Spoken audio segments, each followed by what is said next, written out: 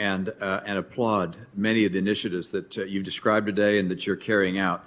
One thing you said today that I want to make a comment about, which is that looking in Central America to try and deal with some of the illegal immigration crisis that we're seeing at the border and attempting to deal with some of the root causes, as you described it, of illegal immigration, and some funding providing to the Central Americans to help deal with some of those root causes. I'm concerned that a lot of that funding is going to end up in corrupt hands.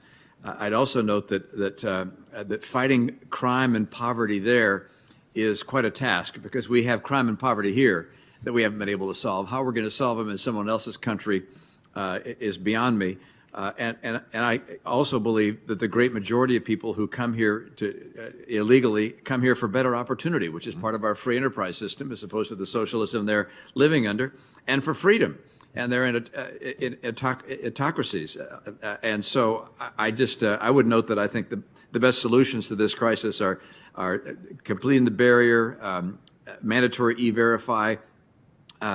These are the kinds of things I think will make the difference. But let me note on another topic. I'm concerned about what I read about Mexico and about the number of assassinations that have occurred in Mexico leading up to their elections.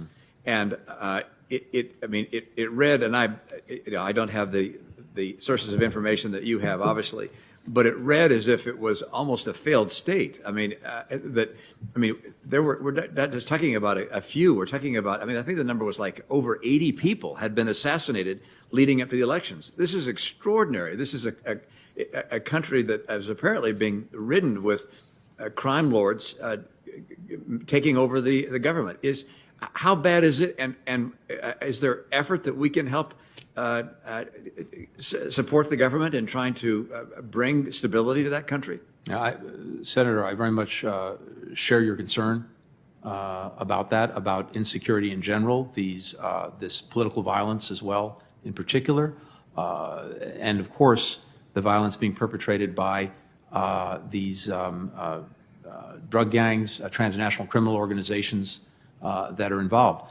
One of the things that we've done is re-engaged with the Mexicans to restart and hopefully really re-energize the work that we've been doing together on security. So we have a high-level dialogue on security issues that is now restarting, as well as one on economic issues.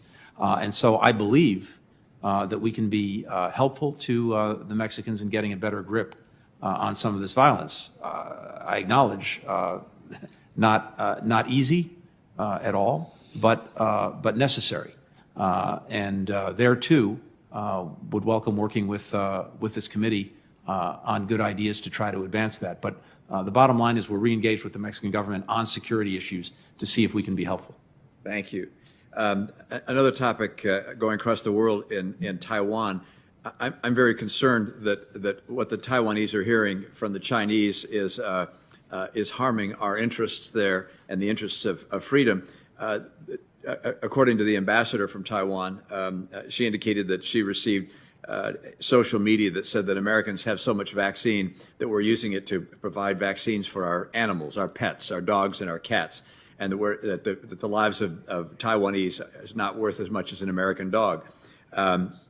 Clearly, it's in our interest, in a very critical nation in the world, to see vaccinations that we have available going to Taiwan. I'm concerned if COVAX is the source of providing those vaccines, that COVAX will be, if you will, pressured by China, will not give the Taiwanese what they need. Are we giving directly the vaccinations that Taiwan needs? And can we make the number large enough? I understand it was announced at 750,000 doses. If that's a Pfizer or Moderna dose, that's half that number in terms of vaccinated people.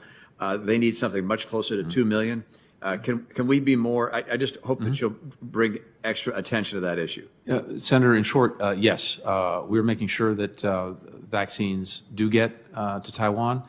And just to be clear about what we're doing and how we're doing it, the President announced, as you know, that we would be pushing out between now and early July 80 million vaccine doses, to include a combination of AstraZeneca, but also Pfizer, Moderna, and we're doing some of that in coordination with COVAX, but even in coordination with COVAX, we can direct where the vaccines go, and some of it just directly.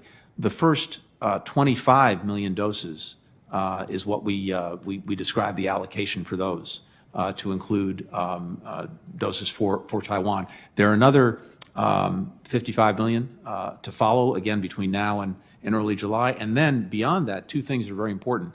One is we'll continue after the 80 million to provide excess doses in the months ahead as we have them, because we will have them. Parenthetically, the 80 million doses, we will by a factor of 5 be the leading country in sharing vaccines with the world by a factor of 5. China's sold a lot to other countries, but in terms of actually giving them to other countries, by a factor of 5.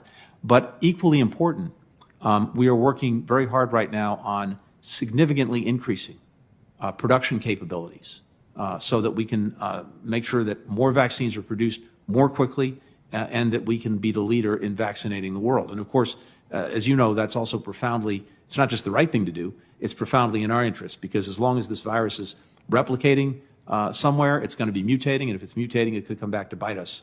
So we have a strong incentive to get ahead of this, and I believe that with the work that we're doing, the President's doing on this, we will be the leader in making sure that the world's vaccinated, including Taiwan.